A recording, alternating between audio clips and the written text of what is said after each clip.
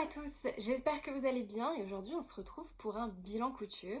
Alors vous devez voir que j'ai l'air un petit peu fatiguée puisqu'avec mon conjoint on s'est couché un petit peu tard puisqu'on a terminé le dernier épisode de la saison 4 de Stranger Things. Donc voilà, ceci explique cela. Alors aujourd'hui, comme ça fait un petit bout de temps que je ne suis pas revenue, j'ai pas mal de pièces qui se sont accumulées même si j'ai pas non plus cousu énormément. Je pense que la dernière session vraiment couture active que j'ai eue, je pense que c'était pendant les vacances de Pâques. Et après, j'ai eu une période un petit peu de passage à vide où clairement j'ai pas eu le temps de coudre et j'ai pas forcément pris le temps non plus.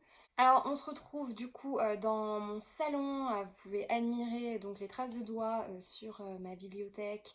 Euh, Mon chat, comme d'habitude, bien installé sur les vêtements que je suis censée vous présenter.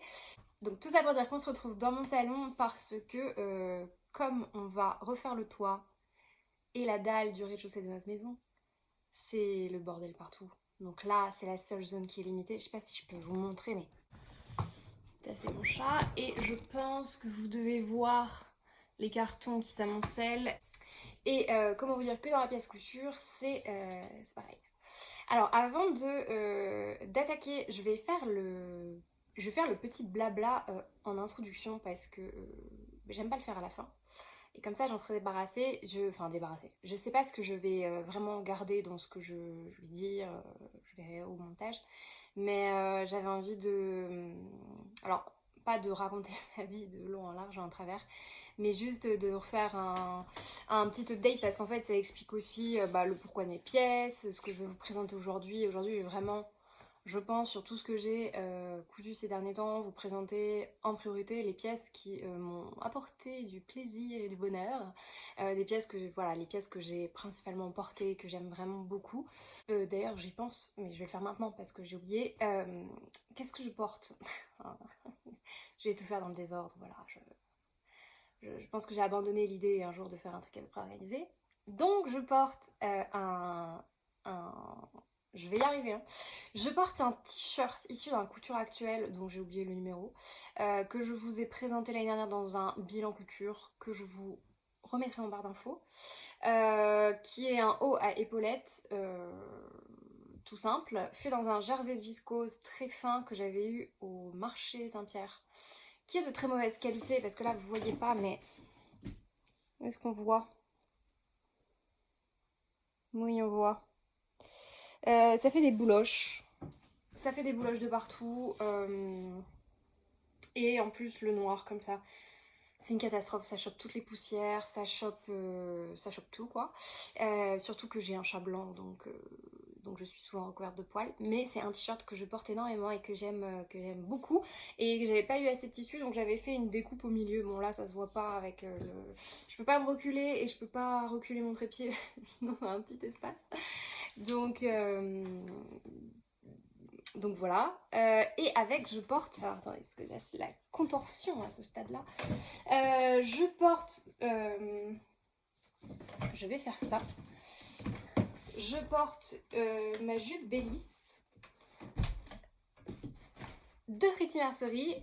Pareil que je vous ai présenté, je pense exactement avec le même t-shirt dans le bilan de l'année dernière en été, qui est courte mais qui convient bien pour la maison. Aujourd'hui, les pièces que je vais vous présenter, je sais pas jusqu'à quand elles remontent, mais elles remontent. Voilà, je vais pas m'excuser d'avoir été absente parce que, entre guillemets, vous et moi, on ne se doit rien. Mais c'est juste voilà, le plaisir de revenir. Simplement, j'avais quand même envie comment dire, j'en ai déjà parlé, mais de la place qu'occupent les loisirs créatifs en tout cas dans ma vie, parce que au-delà d'être un loisir, certains parlent peut-être de passe-temps. Moi, j'y ai vraiment trouvé un équilibre, déjà une manière de canaliser ma créativité, enfin d'exprimer ma créativité, de la canaliser, et aussi d'avoir euh, un point de repère, un point d'équilibre, une manière de se retrouver, de se ressourcer. Et je trouve que c'est essentiel et en fait on n'en parle pas assez aujourd'hui dans le sens où notre société actuelle, alors je parle surtout la société française, hein, parce que je ne vais pas parler pour des pays dans lesquels je ne vis pas et que je ne connais pas, mais on est très formaté dans un esprit de travail et de performance qui n'a pas grand sens. Qui n'a pas grand sens, parce que travailler pour travailler... J'ai été élevée hein, dans ce système, non seulement l'école, mais aussi dans mes études supérieures. Voilà, j'ai fait prépa, j'ai fait une préparation à l'agrégation. Donc c'est quand même un système très particulier. Je ne veux pas forcément plus développer, c'est pas du tout pour faire une critique parce que c'est des choses, enfin voilà, j'ai appris beaucoup de choses de ces cursus-là et je les regrette pas en soi, mais je trouve qu'il y a un mot d'ordre qui nous manque énormément, c'est optimiser. Ça veut dire qu'il n'y a pas besoin de faire des heures et des heures de travail pour bien faire son travail et puis même c'est contre-productif. Enfin, si c'est cette thématique de alors pas de la performance du travail, mais la question d'en faire toujours plus et de l'épuisement qui est lié, je vous conseille d'aller voir le podcast de Sophie, du Tricomonde de Sophie, qui est une personne que je suis depuis que j'ai commencé à regarder des podcasts tricot et couture et que, enfin voilà, c'est une je dis personnalité dans le sens sa personnalité me plaît beaucoup. Comme ça, c'est bizarre, mais c'est vraiment une personne que j'apprécie. Alors, enfin, je veux dire, je la connais pas, mais j'aime beaucoup ce qu'elle dégage, sa manière d'être sur les réseaux. Et c'est quelqu'un de très naturel, de très simple et qui dit les choses telles qu'elles sont, sans artifice. Et enfin voilà, c'est vraiment quelqu'un que j'apprécie, enfin dont j'apprécie regarder les vidéos. Et à la fin de son dernier podcast, elle parlait en fait de l'épuisement au travail. Et en fait, j'ai trouvé ça intéressant, en même temps, alors courageux, je sais pas si c'est un mot assez fort, mais d'oser en parler dans le sens où c'est quelque chose qui est mal vu, dire qu'on a un petit coup de mou, qu'on n'a pas d'énergie, qu'on n'a pas envie de faire certaines choses, tout de suite on est épinglé comme quelqu'un qui n'a pas envie de travailler, comme quelqu'un de feignant, alors que c'est pas forcément le cas. Je sais pas, Sophie elle parle beaucoup mieux que moi de cette ambivalence. Et en fait, dans ses propos, je me suis un petit peu retrouvée dans ce côté enfin, épuisement au travail. Alors pas du tout, je pense, pour les mêmes raisons, même si elle en parle pas plus que ça, hein, et c'est pas forcément le lieu. Mais voilà, là on est en juillet, donc ça y est, mon année scolaire est terminée. Je vais le dire franchement, c'était une année de merde. Enfin, il s'est passé des choses aussi très chouettes, mais de manière générale, ça a été une année très dure. Je vais juste dire les choses très brièvement parce que dans les autres vidéos, certains d'entre vous, enfin certaines plutôt d'entre vous m'ont laissé des petits mots très gentils et en même temps, c'est vrai que je pense que ma vidéo, ça faisait un peu ouais, je suis fatiguée, je me plains et enfin c'est un peu ça le problème sur les réseaux, c'est que soit on en dit, enfin, soit on en dit un peu mais pas assez, et donc du coup les gens comprennent, enfin savent pas trop ce qui se passe et c'est bien normal, et en même temps on n'a pas forcément envie d'étaler toute sa vie. Je vais essayer de rester la plus succincte possible pour vous expliquer peut-être ma tête des dernières vidéos ou mon état d'esprit, mais qui est vraiment pour moi lié au loisir créatif. Donc évidemment si vous avez envie de passer cette partie, il n'y a aucun souci, c'est pas du tout... c'est juste que je trouve ça important de montrer qu'en fait entre l'image qu'on renvoie, ce qu'on dit et ce qui est, il peut y avoir des gouffres énormes, surtout avec les réseaux sociaux, et que en fait tout n'est pas rose. Ça on le sait déjà, mais il y a une différence entre le savoir et s'en rendre compte. Et en fait, au-delà du fait de dire qu'il y a des choses qui ne vont pas, c'est aussi de montrer que malgré l'année de merde, mais vraiment de merde que j'ai passée, en fait je suis toujours là. Et en fait, ça compte, et c'est ça le plus important. Alors, quand je dis je suis encore là, c'est dans le sens j'ai pas quitté l'éducation nationale, j'ai continué un peu à coudre, et en fait, ma béquille, ça a été, il n'y avait pas que ça, hein, mais ça a été entre autres les loisirs créatifs que j'ai fait passer en avant. Et en fait, je sais pas trop quel est ce que j'essaye de dire, mais quand il y a des choses qui vous tiennent à cœur, des choses qui sont essentielles pour vous, aussi essentielles que manger, boire, dormir, enfin bref, les besoins primaires, et ben c'est important de les faire passer, que ce soit les loisirs créatifs, le sport. Et moi j'ai été égoïste dans ce sens-là.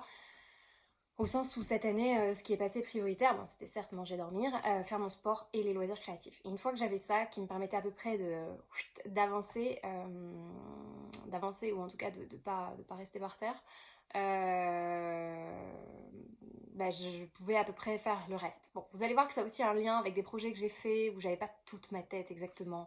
Euh, bon, voilà, j'ai essayé de vous présenter un petit peu tout ça. Je pense que c'est très décousu, mais bon, je commence à avoir l'habitude de dire des choses décousues, donc c'est pas grave. Alors, du coup, pour le topo principal de mon année, alors évidemment, il se passait des choses très, comment dire, très chouettes, et au final, les loisirs créatifs, c'est aussi une manière, ça a été aussi une manière pour moi de faire des choses chouettes, dans le sens où même les jours où ça allait pas, où là, vous voyez, je me dis, oh, j'ai une année pourrie, vraiment pourrie, et ben j'ai quand même fait des choses et c'est ça que je retiendrai, c'est quand il y a des journées où on a l'impression de ne rien faire, bah, les loisirs créatifs, vu que c'est quelque chose de manuel, vous avez forcément quelque chose à l'arrivée, que ce soit du tricot. En fait, si vous tricotez, vous avancez forcément, vous avez des mailles, vous avez des rangs, vous faites des centimètres, et en fait ça c'est du visible. Et parfois, quand on travaille dans tout ce qui est... alors moi je travaille dans un domaine quand même qui est de l'ordre du enfin de l'intellectuel, de la pensée, mais c'est absolument pas visible. Enfin, c'est très compliqué de dire ah j'ai progressé dans tel domaine, j'ai réussi à faire ça parce que ça reste de l'invisible.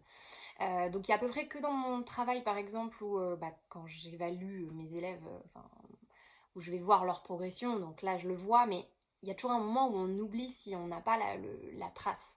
Or là les loisirs, j'ai la trace, enfin, les vêtements sont là, c'est du physique, c'est du concret.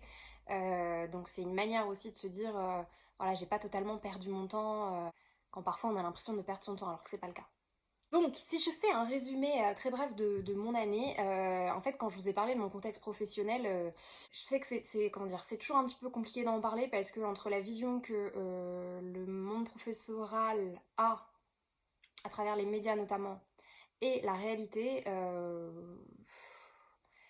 il y a quand même il y a quand même un gouffre. Donc, sans rentrer dans le débat, si j'en parle aussi, c'est parce que bah, peut-être que parmi vous, il y a des parents. On va dire que c'était très compliqué parce que de plus en plus dans les services publics, il n'y a pas que l'éducation, hein, il y a aussi les hôpitaux, il y a le monde de la santé de manière générale, même pour les professions libérales où ça devient de plus en plus compliqué. Et c'est vrai que quand on est en première ligne, bah, enfin, on le sent davantage en fait, ce qui est normal. Hein. Ce qui est normal.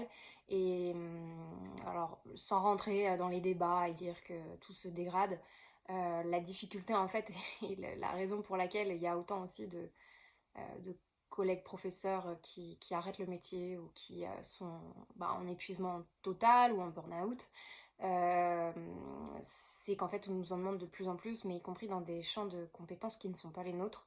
Et en fait on a l'impression un peu de soutenir le système seul et que bah, si on le soutient pas, en fait, il y a la moitié qui s'écroule, ce qui est un peu vrai. Donc en fait, tout le monde se refile des tâches qui ne sont pas les nôtres. Et moi, cette année, j'ai vraiment, je pense, passé plus de temps à faire des tâches qui ne sont pas les miennes qu'à faire mon boulot de prof.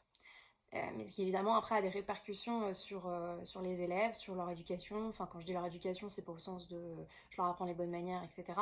C'est juste la question de bah, sur les connaissances qu'ils vont avoir, sur leur manière d'appréhender le monde, les questionnements. Enfin moi je reste très dans le domaine de la littérature. Euh, mais mais c'est très compliqué parce que du coup c'est comme si en fait je vous demandais de courir un marathon alors que vous n'êtes pas du tout sportif et que vous savez même pas courir 10 minutes. Bah, même avec la meilleure volonté du monde, en fait, vous n'allez pas y arriver. Ce qui est normal. C'est tout à fait normal. Donc là, c'est un peu la même chose et je sais bien que c'est pas. Enfin voilà, j'ai comment dire, enfin, de la famille qui travaille aussi dans le monde de l'hôpital et je me rends bien compte que c'est un. Là, on pourrait presque parler de problème systémique qui n'est pas nouveau mais qui s'aggrave et c'est assez inquiétant et c'est pas facile à gérer. Donc cette année, bah, en fait, je me suis retrouvée avec plein de tâches comme ça. Et il y a un moment, bah, en fait, je suis juste humaine. Et la multiplication des tâches, voilà, m'a fait un petit peu exploser le cerveau. Je pense que vous connaissez ça, hein, mais quand on a l'impression en fait de devoir dire non, de lutter constamment et de se battre en fait pour ses droits. Quand il y a des choses qu'on n'a pas à faire, on a le droit de dire non. Quand on doit faire passer les élèves avant, bah, c'est les élèves avant. Enfin, vous voyez, c'est se battre un peu pour tout le monde. Puis vous battez contre un système. Donc par définition, se battre contre un système, ça relève presque de de l'impossible. Je savais dans quoi je m'engageais en partant dans l'éducation, mais donc ça a été très très compliqué parce qu'en fait on est dans un système où tout le monde est épuisé et bah, quand vous êtes épuisé, tout le monde est... Enfin, quand tout le monde est épuisé, tout le monde est irritable et quand vous n'êtes entouré que de personnes irritables, vous le devenez vous-même et à un moment ça devient très compliqué. Donc voilà, ça a été une année pas facile. Je vais pas rentrer plus dans les détails, mais bon. C'est compliqué de tourner cette vidéo sans forcément rentrer dans les détails parce que du coup, on sait pas trop ce que ça, enfin, l'image que ça renvoie. Mais en gros, environnement malsain, c'est vous pouvez mettre dans la même case harcèlement et puis aussi professeur dont le comportement vis-à-vis des élèves est très problématique et en fait vous êtes pris entre votre hiérarchie, votre conscience morale et en fait quand on en vient à vous faire croire que ce que vous faites n'est pas ce qu'il faut faire alors que vous prenez la défense de vos élèves, vous voyez c'est le monde à l'envers quoi. Donc et après on vous en veut parce que vous avez osé dire les choses mais c'était normal de les dire. Et en fait moi je me dis mais je serai parent mais pour le reste, bah, disons que le reste de mon année, c'était un petit peu des événements de cette ampleur-là. Alors, pour le côté perso, je vais pas rentrer plus que ça dans les détails, mais en fait, il y a 3 trucs qui me sont tombés dessus que j'ai pas trop vu venir. Bah, vous me direz, c'est le principe des événements imprévus. Et entre autres, on a appris donc en mars que ma maman était très gravement malade. Bah, disons que la période de mars jusque ouais je sais pas mai juin c'était pas une période évidente parce que vous êtes vraiment dans l'expectative dans le vous savez pas comment ça va se passer enfin voilà c'est des opérations enfin des diagnostics déjà des opérations. Vous savez que votre vie elle peut basculer à tout instant. Euh, bon avec ma mère on en a un petit peu rigolé dans le sens où quand elle s'est fait opérer bon déjà finalement outre son cancer, ils ont découvert qu'elle avait un autre truc sorti de nulle part, donc ils en ont profité pour faire un 2 en 1. Et puis suite à ça, ma mère a chopé le Covid, puis suite à ça, elle a fait l'appendicite. Enfin, bref, ça faisait, euh, ça faisait beaucoup, ça faisait beaucoup. Donc voilà un peu mon année, j'essayais d'avoir le tuba qui sort légèrement, puis de temps en temps je prenais la tasse.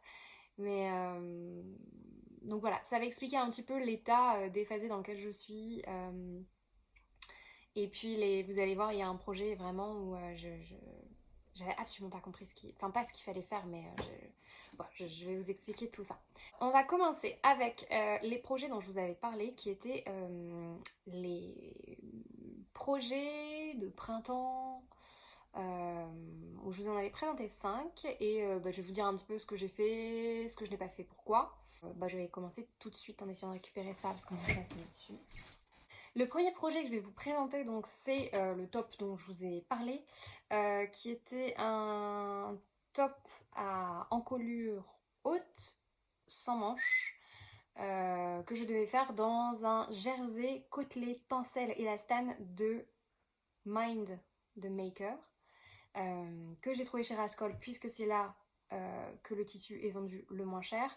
Il y a vraiment de grands écarts selon les marques, donc vraiment faites attention, faites des comparaisons de prix, etc. Et voilà pour le petit débardeur qui là ne rend rien du tout. Pour le patron, donc j'ai bien pris le patron Veronica, donc c'est le Veronica Top de Vicky Vicky So, je sais jamais si un S ou pas, qui est une marque de patron russe, si je ne dis pas de bêtises, mais qui fait de très jolis modèles, mais qui a l'inconvénient de proposer ses patrons taille par taille.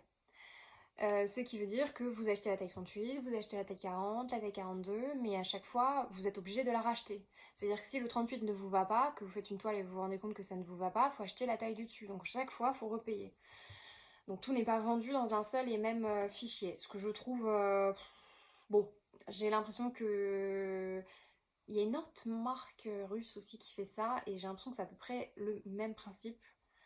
Donc il n'y a que leur patron récent en pochette où ils avaient mis toutes les tailles.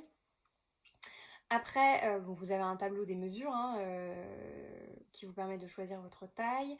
Et vous pouvez par contre choisir la stature. Donc vous avez, je sais plus s'il y a 3 ou 4 statures, je sais plus ce que j'ai choisi, mais concrètement moi je fais 1m65, donc j'ai pu choisir la stature qui correspondait à ça. Donc ça, je trouve ça plutôt bien pour le coup, parce que évidemment entre une taille 38 de quelqu'un qui fait 1m70 et une taille 38 de quelqu'un qui fait 1m60, déjà les proportions vont pas forcément être les mêmes, et puis nécessairement le vêtement va pas tomber de la même manière. Donc ça je trouve ça plutôt bien. Alors moi j'ai choisi une taille 38. Pour les vêtements, donc là vous voyez c'est un tissu qui est quand même enfin qui a un taux d'élasticité assez important. Donc la taille 38 passe, mais je pense que j'aurais pu le faire en taille 40. Par contre, tout ce qui est jersey de coton un peu plus, enfin tout ce qui est jersey de coton avec un tout petit peu d'élastane ou pas, c'est vraiment genre je suis à la limite de faire craquer le maillot. Donc j'aurais tendance à dire que le patron taille, alors attendez, taille petit. Ça veut dire qu'en fait, moi je tombe pile dans les mesures du 38, donc je fais 88 de tour de poitrine sans soutien-gorge et 70 de tour de taille. Franchement, c'est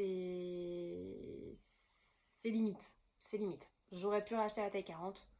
Je n'ai pas racheté la taille 40. Donc je vous ai parlé du tissu, je vous ai parlé du patron. Maintenant pour le montage, c'est un montage très simple, sauf que pour cette version finale, moi j'ai juste changé quelques éléments.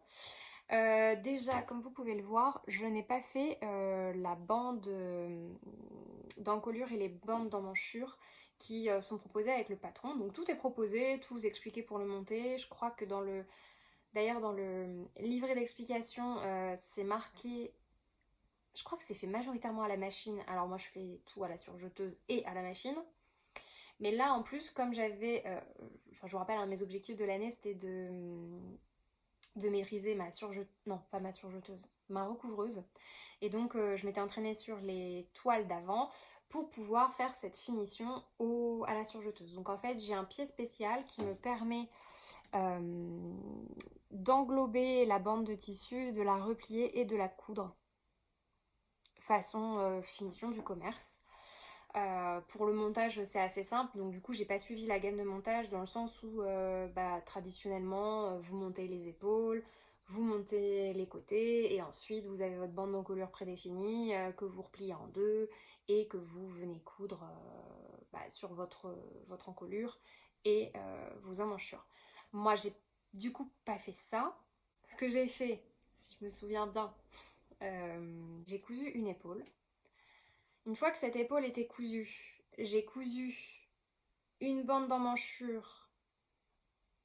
Enfin ici c'est ouvert, donc en fait je fais le tour.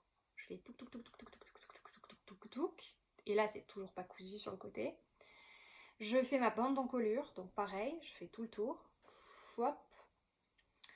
Une fois que j'ai fait ça, je peux venir coudre ce côté-là. Vous voyez, en fait ici vous avez une jonction. Attendez, hop, vous avez la jonction. Donc avant ce que je fais c'est que je couds à la machine juste sur le bord et ensuite je resurjette pour éviter qu'il y ait un trop grand décalage ici et ensuite je sais pas si vous allez voir, j'ai maintenu en fait ici pour pas que ça parte. C'est sur les vêtements du commerce, souvent c'est fait comme ça. Ensuite j'ai cousu donc la deuxième épaule de la même manière avec le raccord, je maintiens mon surjet.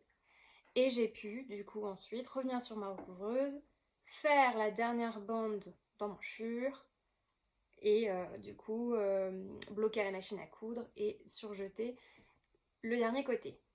En vrai, si vous avez un petit peu de logique, vous avez un vêtement du commerce, il suffit juste de l'observer et de réfléchir un petit peu au montage dans lequel vous allez le faire.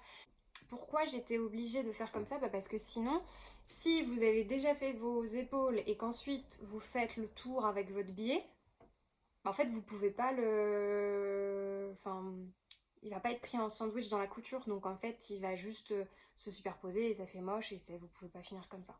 Et j'ai pas fait le bas, j'aurais peut-être pu le rallonger. Là c'est vrai qu'il y a un côté où ma petite couture elle ressort,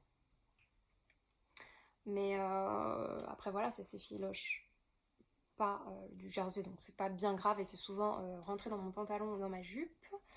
Petit top très simple à faire. En plus, ça évite de devoir faire une bande de propreté. C'est élastique. Juste pour vous dire, Le pied en fait que j'ai, c'est vous devez couper une largeur, je sais plus, de 3, je vais dire n'importe quoi, 3,2, 3,5, je sais plus. Et après c'est pris automatiquement en sandwich et ça coud, si vous voulez, directement sur votre tissu. C'est vraiment un pied génial. Voilà. Donc j'étais très contente de pouvoir, maintenant que j'ai une recouvreuse, bah, autant se servir de toutes ces possibilités. Et c'était vraiment très chouette à faire. Pour ce qui est du tissu, alors, c'est un tissu de très bonne qualité, il est très fluide, il est très beau, j'adore la couleur. J'avais l'impression qu'il faisait des bouloches. Enfin, vous savez, je trouve que ces tissus où il y a de l'élastane, il y a toujours l'élastane qui finit par faire un... Je sais pas comment expliquer, un espèce de fini un peu fuzzy. Bon, là, je sais pas, je l'ai relavé, ça... On dirait que ça a un petit peu disparu. Bon, en fait, il bouloche pas, mais il fait vraiment, je sais pas, un petit effet pas dufteux, mais bon, je sais pas trop comment expliquer. Je l'ai porté, on dit souvent que le tencel c'est antibactérien, anti plein de choses. Moi c'est vrai quand même que c'est un vêtement proche du corps, donc quand il fait hyper chaud, vous avez quand même chaud, mais ça tient moins chaud qu'un jersey de coton, même si c'est collé au corps. Après, par 40 degrés, vous avez chaud quand même. Hein. Bon.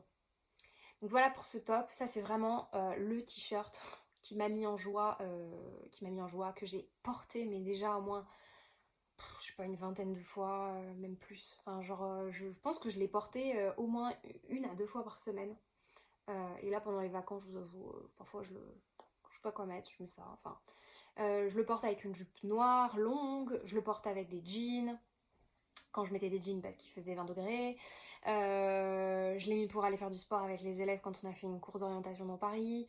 Franchement, c'est génial, même pour faire des vêtements de sport. Alors, c'est quand même un tissu à plus de 22 € le mètre, donc comment vous dire que c'est quand même un budget. Donc, je ferai peut-être pas toutes mes affaires avec ça, mais voilà, très très très bien. Est-ce que j'ai autre chose à dire? Oui, j'avais envie du coup de faire une robe en me servant du bas de la robe givre pour me faire une robe qui arrive au-dessus du genou euh, dans cette matière-là, avec par contre le haut du Veronica Top. Bon, je sais pas combien de tissu il me faudrait, mais je pense qu'il me faudrait 1,30 m, 1,50 m. Ça me ferait... Si je veux être un peu large, enfin imaginons que j'achète 2 mètres de tissu, ça me fait déjà un projet à 40 €. Alors en soi, une robe à 40 € dans le commerce, c'est pas grand chose. Mais là, clairement, j'ai pas envie de dépenser 40 € pour me faire une robe que je ne suis pas sûre de faire tout de suite. J'ai pas envie d'acheter, là j'ai déjà dû acheter pour terminer les projets, donc ça, voilà. Je reporterai ça à plus tard. Je vais déjà porter ce que j'ai. Ah oui, j'ai oublié de vous dire, c'est un haut très... Enfin, vous allez voir sur les vidéos, hein, c'est un haut très très très très très moulant. Genre, le truc, c'est comme un body, quoi. Donc, il est très près du corps. Je crois que naturellement, il est un petit peu creusé au niveau de la taille. Bon, moi, il se trouve que j'ai la taille plus creusée, plus marquée par rapport à mes seins et mes hanches. Donc, en fait, le patron suit juste mon corps. Mais c'est à savoir. Si vous n'aimez pas du tout les trucs proches du corps, ne faites pas ce patron. Ensuite, j'ai du coup mon deuxième projet que j'avais en tête, c'était une jupe mint, enfin une jupe longue, mi-longue, fendue sur le côté, que j'avais envie de faire dans un tissu léopard que j'ai, mais il fallait que je fasse une toile avant pour pas gâcher le tissu. Et donc j'ai trouvé un coupon de 3 mètres sur les coupons de Saint-Pierre que j'ai utilisé pour faire cette jupe. Qui est donc, enfin moi j'ai choisi la jupe mint. J'ai fait cette version-ci. Alors, j'avais regardé un petit peu sur internet les revues de cette jupe. La seule chose compliquée, c'est qu'il faut bien faire attention de couper votre tissu sur l'envers parce qu'il y a des pièces de patron qui sont quasiment identiques, mais c'est en mode 1 prime, 2 prime. Quelle est la pièce qu'il faut couper 2 fois, mais pas... Ah oui, voilà. En fait, la pièce numéro 2, elle se coupe... Enfin, au pli, ça veut dire juste... vous devez mettre votre patron dans un sens, puis dans l'autre. Mais après, il y a un autre sens bien spécifique à respecter.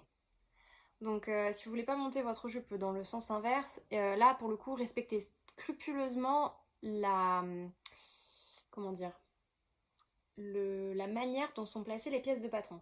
Ce qui est pas forcément très évident parce que on voit pas trop dans quel sens ils sont quoi. Et au final, une fois que vous avez tout découpé, vous avez du mal à reconnaître les morceaux. Donc moi ce que je vous conseille c'est que dès que vous découpez par exemple le 2, vous épinglez, vous vous dites ok ça c'est la pièce 2, ça c'est la pièce 2 mais dans tel sens.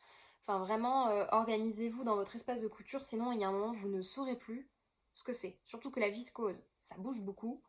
Donc en plus les pièces peuvent se déformer, donc même en remettant le patron dessus pour vérifier si c'est la pièce 1, 2, 2 primes, etc., on s'y retrouve pas. Moi il se trouve que j'avais l'habitude de coudre des viscoses, donc j'ai l'habitude des tissus qui bougent. Enfin, ne faites pas ce projet si c'est la première fois que vous cousez de la viscose. Vous allez vous arracher les cheveux, surtout comme c'est une jupe, c'est quand même un long morceau de tissu.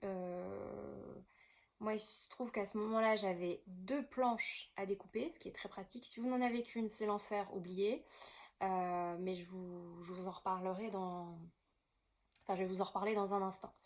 Cette jupe, on a juste les tableaux de mesure. J'ai fait une taille 38 qui correspond à un 70 de tour de taille et un 94 de tour de hanche. Certaines personnes m'ont demandé, parce que pour grader cette jupe, c'est pas évident vu qu'elle est composée, comme vous pouvez le voir ici, de multiples pans. Vous avez un pan là, un pan là, un pan là et des pans derrière. Donc en fait pour grader, moi je vous avoue que je ne sais absolument pas comment faire. Parce que grader un devant et un dos quand c'est qu'une pièce dos, une pièce devant, ça va. Mais quand c'est une multiplicité de pièces à découper comme ça, j'en ai aucune idée. J'ai envoyé un message à la marque, mais mon erreur, ça a peut-être été de leur envoyer sur Instagram, donc du coup, ils m'ont pas répondu.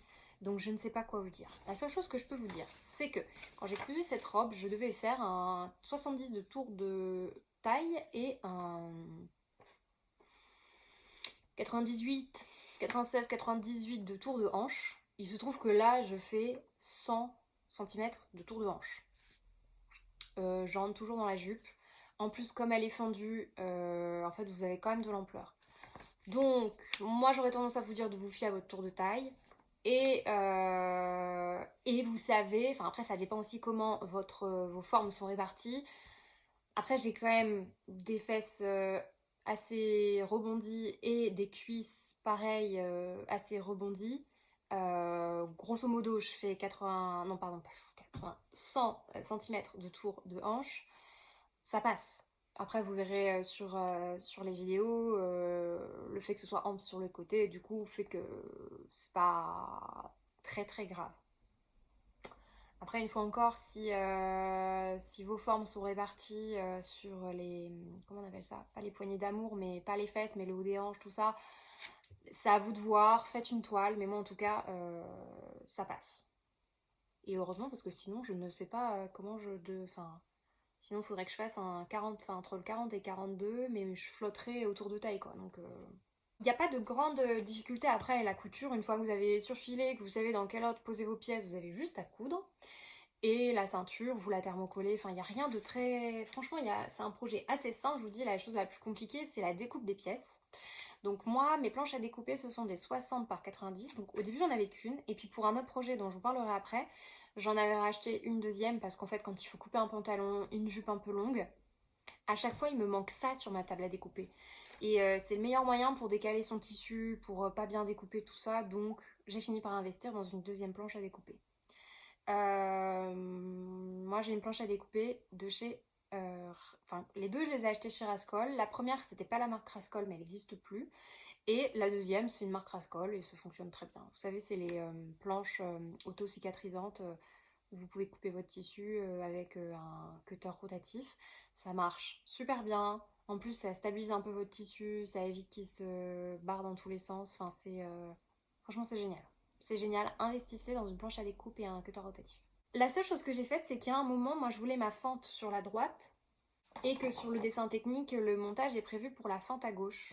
Et moi je voulais la fente à droite. Donc je pense que, me rendant compte que au final les morceaux de tissu se ressemblaient, eh bien j'ai juste tourné et j'ai fait mes boutonnières dans l'autre sens. Enfin, c'est pas très clair dit comme ça, mais en gros, euh, moi j'ai fait du coup la fente à droite. Alors là vous n'allez pas voir grand chose parce que en plus j'ai pas mis tous les boutons vu que je l'ai porté il n'y a pas très longtemps.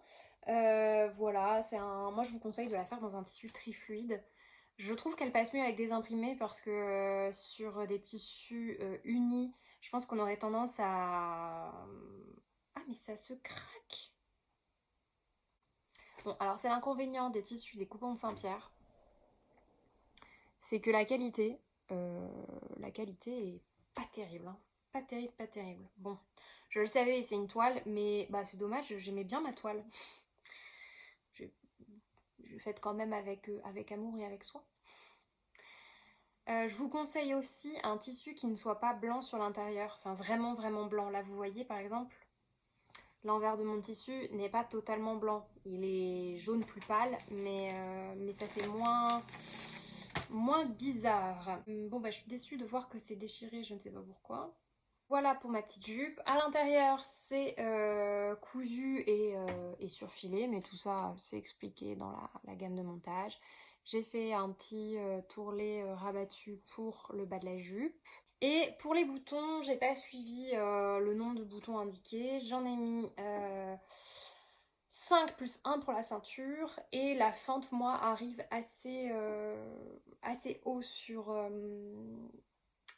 la cuisse. Donc vous verrez ça dans la petite vidéo montée. Pour ce qui est des boutons, je les ai trouvés dans une... Enfin, je vous en parlais, je pense, dans ma vidéo projet. Je les ai trouvés dans une petite boutique parisienne près du quartier Montmartre, je crois que c'est la rue d'Orsel. Je vous remettrai tout en barre d'infos puisqu'ils ont également un site internet. Enfin, c'est le repère à boutons, c'est l'une des dernières, je sais pas comment on dit une boutique qui vend des boutons, mais c'est la dernière boutique qui vend des boutons de Paris et qui est là depuis genre une éternité. Et qui a des boutons du sol au plafond, partout, partout, partout, partout, partout. Donc vous trouverez forcément votre bonheur. J'ai rien à dire sur les boutons. J'ai pas pris des boutons trop lourds pour pas qu'ils tirent sur mon tissu et qu'ils l'arrachent. Très satisfaite de cette petite jupe. Pareil, que j'ai déjà énormément porté. La seule chose, c'est que j'ai pas tellement de hauts qui vont avec. Au final, c'est principalement des hauts noirs que je mets avec. Donc celui-là, je l'ai déjà mis avec. J'aimerais bien me faire un débardeur du style... alors j'en ai un mais qui est complètement bouffé, mais vous savez, du style débardeur Yvonne que vous trouvez dans Coudre le stretch de Marie Poisson, que j'ai toujours pas utilisé. Mais voilà, c'est dans mes projets. Mais j'ai pas envie de racheter de tissu, donc pour l'instant, c'est dans mes projets lointains. Et je voulais faire, ou alors un petit haut en lin, mais pareil, j'ai pas de lin noir, donc j'ai un peu laissé tomber. Je vais vous montrer le modèle que j'avais en tête quand même. En fait, j'avais un débardeur du commerce qui m'allait, enfin que j'aimais beaucoup dans sa forme, le tissu utilisé, tout ça. Donc en fait, j'ai fait une toile dans le même tissu en me disant peut-être que ça pourra faire une robe. Au final, les deux ensemble vont pas trop, c'est un peu too much. Mais j'ai fait ceci. Donc en fait, c'est simplement un débardeur avec un petit col V devant. Et le dos derrière, vous savez, c'est les dos qui sont un peu, je sais pas comment vous montrer, qui sont droits, puis qui reviennent sous les aisselles. Ce petit haut est vraiment très agréable à porter, il est intégralement doublé, je l'ai fait donc d'après un, euh, un top du commerce que j'avais. Est-ce que je vous en parle de manière plus détaillée Oui, bah, je peux peut-être vous en parler et après je vous dirai les patrons qui y ressemblent. Comme ça vous donnera éventuellement un repère. C'est un haut en fait qui s'évase aussi un peu vers le bas, mais vous voyez qui est très fluide, très agréable. Et en fait, il se trouve qu'avec cette jupe là, je l'avais porté notamment sur l'envers, parce qu'en fait, c'est un haut qui est doublé. Alors bon, ça c'est du vert plutôt d'hiver, mais bon, je l'ai porté avec, comme j'avais pas d'autre chose à porter. Écoutez, ça passe. Au début, pour tout vous dire, j'avais l'idée d'associer les deux, mais en fait, avec cette jupe là, je trouve que c'est plus joli s'il y a quelque chose qui blouse au-dessus de ma taille. Peut-être parce que la taille épouse pas totalement mon tour de taille, mais ce qui est normal parce qu'en fait si ça épousait totalement je pourrais pas respirer et quand je mange je pourrais pas vivre. Mais donc il y a toujours un petit écart, enfin donc je préfère porter ça avec un haut qui va blouser un petit peu au-dessus de la jupe plutôt que quelque chose de très près du corps qui... Enfin j'ai essayé, j'étais pas fan, donc bon. Les couleurs, bon vert et jaune faut assumer mais ça me dérange pas plus que ça. Alors je sais pas trop si le cadre ou la luminosité a bougé, mais si c'est le cas, c'est juste que je décide toujours de filmer mes podcasts avant midi et donc souvent, il y a un moment je suis obligée de m'arrêter parce que j'ai faim. Voilà pour la parenthèse. La parenthèse besoin corporel. Je vous disais, je vous parlais justement oui, de ce petit débardeur fait main. Je pense que vous trouvez des modèles similaires chez Anna Rose Patern ou Ibanez. Je vous mettrai tout en barre d'infos dans ce que j'aurais trouvé d'à peu près ressemblant. Toujours est-il que c'est un top doublé pour justement ne pas avoir à poser un biais sur ces parties-là. Donc en fait c'est simple, hein, vous pouvez faire dans le même tissu, moi j'avais plus assez de tissu. Donc j'ai tout simplement coupé 2 fois le dos, 2 fois le devant. Et ensuite vous montez votre doublure, vous montez votre pièce principale et ensuite vous enfilez à l'intérieur. Euh, donc là j'ai fait en fait j'ai fait endroit de la doublure contre endroit de la pièce principale. En gros si vous voulez à la fin quand vous retournez vos coutures elles sont à l'intérieur du vêtement. Donc ce qui veut dire que j'ai l'endroit de la doublure contre ma peau, donc j'ai pas les coutures qui grattent, etc. Et ce que je fais toujours, c'est que je surpique, sous-pique, pardon. Alors c'est pas possible d'aller jusqu'au bout, mais je sais pas si on voit. Parce que je filme avec mon iPad, donc en fait j'ai pas vraiment de truc pour zoomer. Non, on voit rien. Ici, je pense que vous voyez peut-être plus. En fait, je sous-pique pour que la doublure soit bien maintenue à l'intérieur du vêtement principal. Donc pour que le vêtement soit bien, tienne bien. Et puis ça facilite le repassage. Et la dernière chose que vous faites, c'est mettre les bretelles que vous insérez dans les espaces que vous avez laissés devant et dos. Comme le débardeur n'est pas fermé, en fait, c'est très facile du coup de pouvoir tout faire quoi. Vous voyez, je sais pas si on voit, là, c'est un bout de ma bretelle. La seule chose que j'ai pas encore faite, c'est surjeter l'intérieur pour éviter que mon vêtement ne se dépiote trop rapidement. Voilà pour ça. Alors j'avais fait avec ce même tissu un autre short, mais je vais pas vous en parler, enfin je vais vous en parler très très brièvement. J'avais fait le short Marius de ma petite fabrique dans le même tissu, donc avec qui est composé d'un zip invisible, d'une ceinture et de petits volants que j'ai terminé par un rouloté.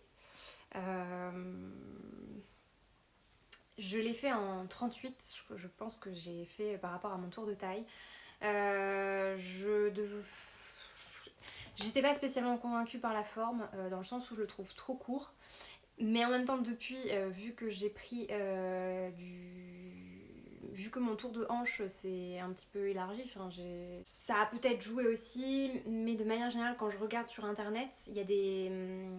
Je pense que ça dépend des morphologies. Parfois, je trouve qu'il tombe très bien, et puis parfois, je trouve que ça va pas du tout. Et moi, quand je l'ai essayé, je trouve que ça me va pas du tout. Pourtant, j'avais un autre short un peu dans le même principe que j'aimais beaucoup et qui me va très bien. Mais celui-là, ouais, trop court, trop. Je sais pas.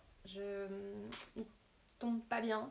Bon, là, depuis, comme j'ai pris des hanches, c'est. Enfin, du coup, forcément, c'est plus adapté à ma taille, je pense, au niveau des fesses. Mais ouais, Bon, écoutez, c'était une toile de toute façon, donc c'est pas perdu. Mais là, c'est dommage, hein, parce qu'il est très beau comme ça, mais moi, je vais pas le mettre, donc je sais pas ce que je vais en faire. Est-ce que je vais le mettre au relais? À chaque fois, quand je mets les choses au relais, je me dis toujours, est-ce que ça finit pas à la poubelle? Donc, ouais. Puis bon, je me dis, tant de temps passé, bon, c'est comme ça, hein, mais bon, voilà, la pose du zip invisible, moi j'ai un pied exprès, donc ça m'a pas posé de problème. Pour ce qui est du patron, alors il me semble que moi, la version, je l'avais achetée il y a un bout de temps. Depuis, il y a eu une correction, donc il faut la demander à la créatrice. Et dans mes souvenirs, il y a un tuto vidéo et les explications. Le livret d'explications m'a pas... Enfin, après je sais monter un short, mais pour la ceinture, je n'ai rien compris Il y a plusieurs manières de monter la ceinture selon en plus si elle est élastiquée, etc. Puisque le short Marius, c'est un short à multiples versions. Je vous avoue que je n'ai rien compris. Je n'ai rien compris pour la prise du zip. Donc moi j'ai fait un truc très simple. Enfin, j'ai monté ça comme j'avais l'habitude de monter ça. Euh, Franchement j'ai relu, j'ai pas trouvé ça clair. Et je sais plus si dans le tuto vidéo, il me semble avoir regardé, mais que c'était pas expliqué plus que ça. Enfin, je me souviens avoir été un peu en mode ok, soit. En fait, j'entends énormément parler de ma petite fabrique, mais j'ai pas été durablement impressionnée par le livret, mais aussi bien en fait dans sa présentation que dans les explications avec. Ouais, c'était pas. Après, je sais que moi je suis un peu pénible avec les livrets d'explications. J'aime bien quand c'est beau, quand c'est bien présenté et quand c'est bien expliqué et bien montré. Là, pour moi, c'est rangé dans la catégorie des créateurs, créatrices qui proposent des patrons, alors qui peuvent être très beaux, mais le côté pro des livrets d'explications et de tout ce qui accompagne le vêtement en soi, j'ai pas été durablement impressionnée, je vais le dire comme ça. C'est pas la première fois, il y avait aussi, comment elle s'appelle? Il y a une autre petite créatrice qui fait des choses magnifiques, hein, souvent inspirées de Cézanne. Je crois qu'il y a la robe Florence ou je sais plus quoi qui est nouée dans le dos. Euh, non, ça se trouve, je dis n'importe quoi. Elle s'appelle Florence. Le Camélia Rose. Enfin, j'ai acheté un patron d'elle. Le livret d'explication, c'est une catastrophe. Enfin, juste en termes de présentation, on a l'impression que c'est un document Word que j'aurais pu taper. Et moi, ça me pose toujours problème, surtout quand les patrons sont commercialisés au même prix en fait que d'autres patrons. Ou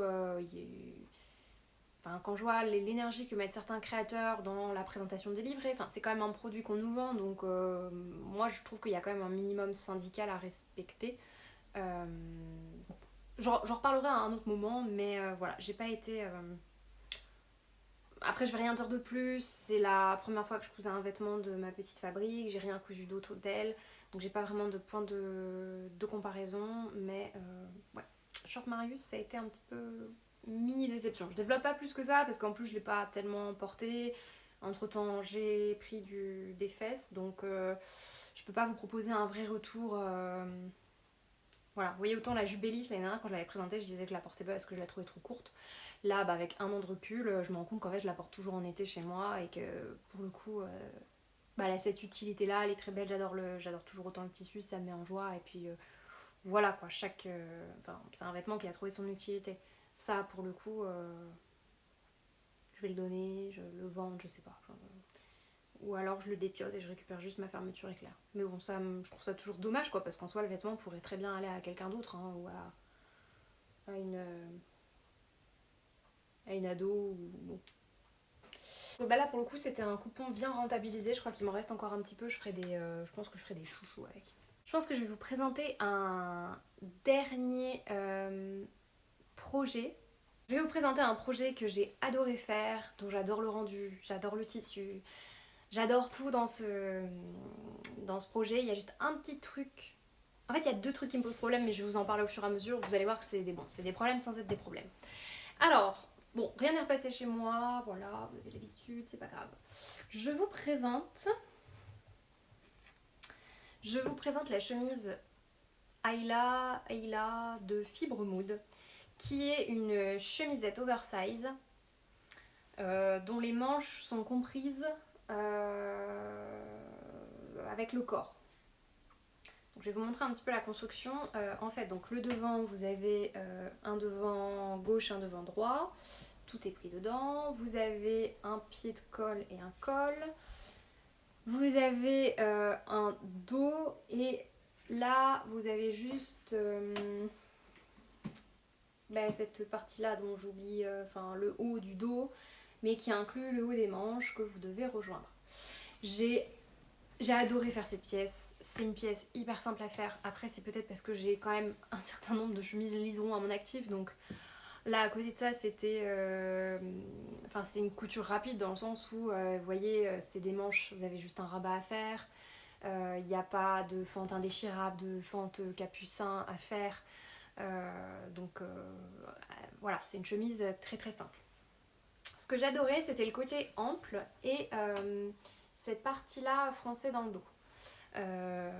Je la voyais immédiatement avec un tissu qui allait contrebalancer le côté oversize qui aurait pu faire aussi selon le tissu assez pas vintage rétro parce que j'y connais pas grand chose là dans ces mots là, mais je sais qu'il y en a certaines qui l'ont fait, qui ont fait le patron avec un tissu, vous voyez, style hawaïen ou hyper fleuri, donc ça peut faire un côté un peu genre vieillot, et moi je voulais quelque chose quand même de passe-partout. Je vais commencer par les choses que je lui reproche. Les deux choses qui sont pas embêtantes, mais pour moi, pour un vêtement, pour que je l'apprécie totalement, il y a plusieurs critères. Bon, il faut que la forme maille, il faut que le tissu maille, il faut que la couleur me plaise et il faut qu'il soit portable. Pour moi, du blanc, c'est quand même une couleur compliquée à porter parce que c'est une couleur qui se salit très vite.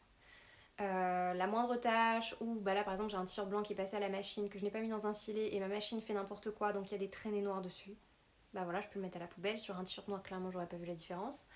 Après le noir a d'autres inconvénients évidemment, mais donc je trouve toujours qu'à cette partie là c'est toujours des endroits qui se salissent très vite avec le frottement de la peau. Ouais, je trouve que ça à entretenir un vêtement blanc, je trouve ça plus compliqué. Alors là j'ai pas la question des aisselles parce que c'est un vêtement large, donc du coup il n'y a pas la question de la transpiration qui se pose.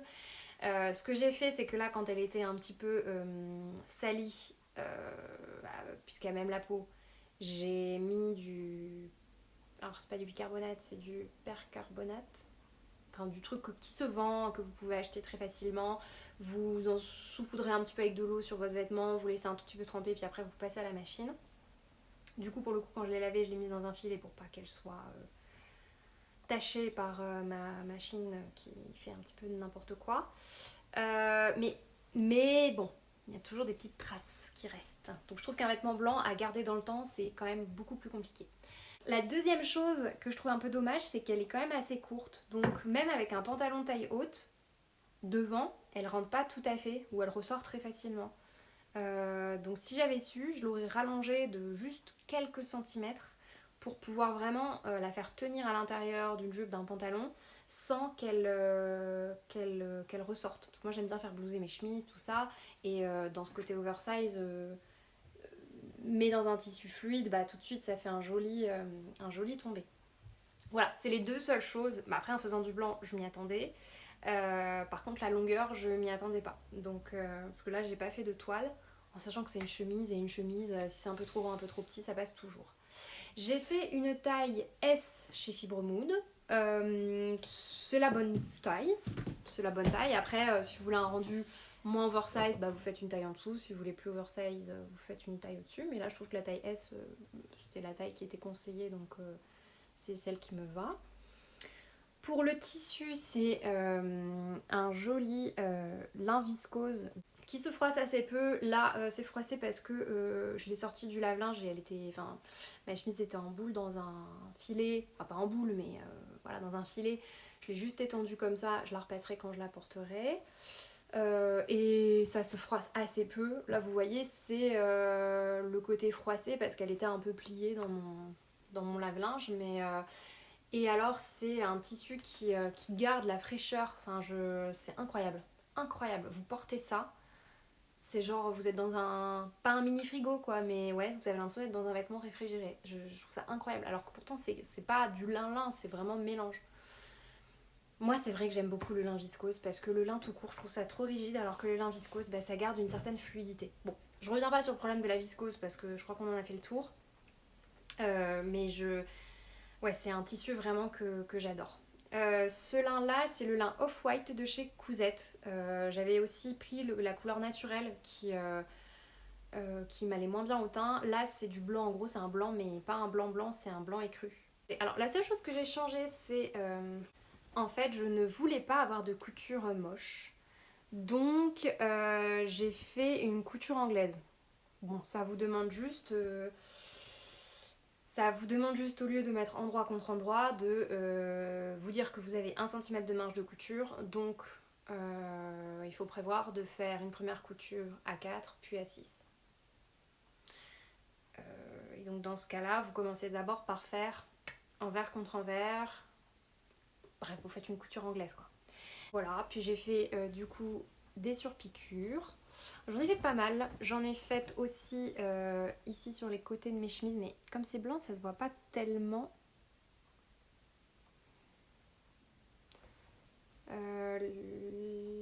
Pourquoi j'ai pas fait de couture anglaise ici? Oui, en fait, comme je voulais quand même un rendu fluide et que les manches sont incluses en un tenant, dans un modèle précédent de l'année dernière qui ressemble un petit peu mais qui était un patron de backhaul, j'avais fait des coutures anglaises sur les côtés et j'avais trouvé que ça faisait des boudins et du coup ça a rigidifié. Donc là, ce que j'ai fait, c'est que j'ai fait un surjet, enfin j'ai cousu puis surfilé au point étroit la marge de couture. Donc comme ça en fait ma marge de couture elle ne fait que je sais plus 0,6 ou un truc comme ça. Et j'ai surpiqué pour avoir un petit relief. C'est des petits détails mais j'aime beaucoup. J'ai fait pareil au-dessus des manches. Donc les finitions c'est vraiment à adapter en fonction du modèle. Là je vous dis les manches mais je dis n'importe quoi. Oh là là, c'est compliqué hein. Toujours compliqué. En fait, les endroits où je voulais un peu de structure, j'ai fait des coutures anglaises parce que ça rigidifie un petit peu et c'est pas grave. Et les endroits où je voulais des coutures où il fallait pas un boudin, voilà. Donc là, sur les côtés, j'ai pas fait de boudin. Par contre, au-dessus et dans le dos, j'ai fait des coutures anglaises. Alors par contre, ce à quoi je ne m'attendais pas, c'était à ce que le lin viscose bouloche. Donc écoutez, au pire, je passerai le rasoir tricot dessus et puis on verra. Mais voilà pour cette chemisette qui est bien plus belle en vrai que comme ça et portée que sur tenue dans mes mains et repassée. La dernière chose, c'est les petits boutons. Et bah c'est pareil. C'est pareil, les boutons, je les ai achetés toujours dans cette boutique, c'est Dams Boutons, quelque chose comme ça, que j'ai acheté à côté de Montmartre. Voilà pour ma petite chemisette Ayla que j'ai adoré coudre, que j'adore porter, que j'aime vraiment beaucoup. Et bah écoutez, je vous propose qu'on s'arrête là parce que comme d'habitude, j'ai toujours trop de projets à présenter par rapport au temps imparti et en termes de montage et de stockage sur mon iPad, je vais me limiter là. Alors j'ai encore d'autres projets à vous présenter, donc un sweat, une surchemise et une robe que j'ai testée. C'est tout un programme, bah, du coup je devais vous en parler là et puis en fait j'ai pas envie de bâcler la présentation, enfin voilà j'ai envie de lui faire honneur. On réservera ça pour un autre podcast. En attendant, enfin, voilà, j'espère que voir un peu ces créations-là et les projets que je me suis fixés et leur rendu, ça peut être aussi intéressant parce que parfois ça marche, parfois ça ne marche pas. Bon là, concrètement, globalement, tous les projets vraiment que j'avais prévu de faire ont fonctionné. Les seuls où j'étais pas convaincue, c'était juste des... Voilà, j'étais partie en me disant j'essaye, je fais ma toile et on verra. C'est à ce moment-là que je me rends compte qu'en fait, j'ai oublié de vous dire que la jupe Jolie Lab, du coup, que j'étais censée refaire dans le tissu léopard, finalement, je me dis que le tissu léopard, je vais peut-être le garder pour me faire une robe style la robe Natasha de Make My Lemonade qui avait été faite dans un tissu léopard. Donc pour l'instant, j'ai pas fait la jupe Jolie Lab dans le tissu définitif. Voilà, voilà.